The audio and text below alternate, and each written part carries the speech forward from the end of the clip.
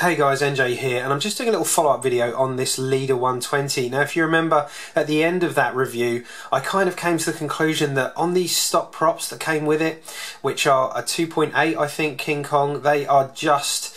They're overpropping the motor. They're drawing far too much current, certainly for my style of flying, where I like to use the whole throttle range for acro. And I just found as soon as I started getting into the, just simple power loops, things like that, these guys were just sagging the battery, not just down to its low battery warning, but its critical kind of land now battery warning.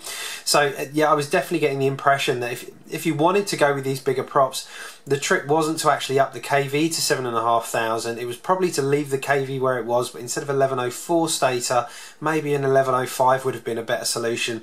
Anyway, this thing kind of weighed around the same as the Lizard, and I thought, well, this should perform really well on the ones that work well on the Lizard, which are my favourite little micro props, these Gemfan 2035 quad blades.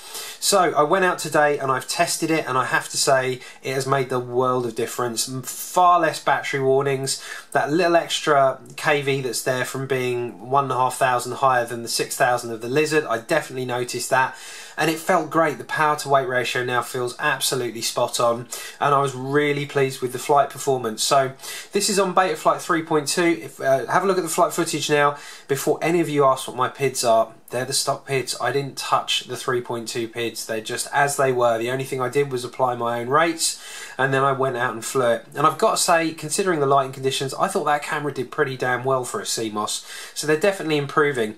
I will want to put a Runcam micro swift in there.